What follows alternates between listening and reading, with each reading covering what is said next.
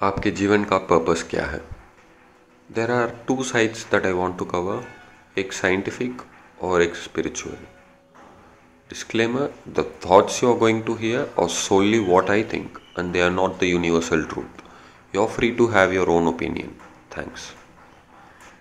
What are we? As a human being, हम क्या हैं? क्यों हैं हम? Scientifically, हम सिर्फ matters हैं, एक form of energy, who using the same energy as a fuel to survive and reproduce to keep the chain going forward. We are thinking कि materially अच्छा रहना, being successful is the purpose of life. But in actuality though, we are just a byproduct of pleasure. Think about it. We are a product of pleasure. Pursuing pleasure, end up leaving behind offsprings who seek pleasure. हम सब उस circle में ही फंसे हुए हैं. Success, money, fame, power, the very core of these desires is pleasure. The leisure of being able to travel across the globe. कोई और हमें देख के मोटिवेट होना, किसी और को हमारे नीड्स के लिए यूज़ करना, ये तो लाइफ का पर्पस नहीं है, राइट? तो what is life's purpose? Science के according, after all arguments, it boils down to this: nothing.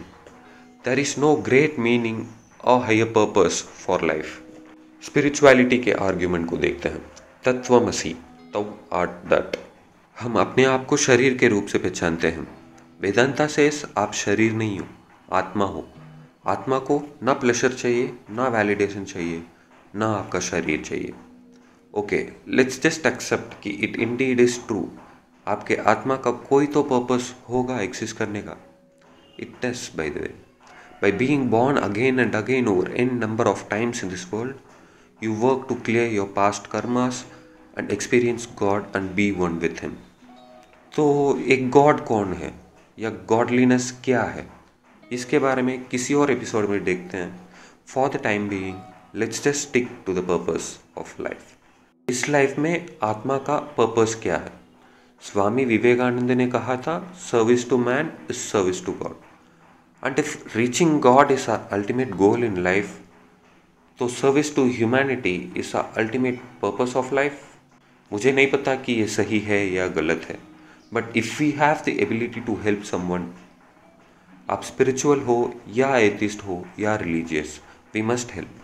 B it physically, financially, emotionally, spiritually, in whichever way we can lend help.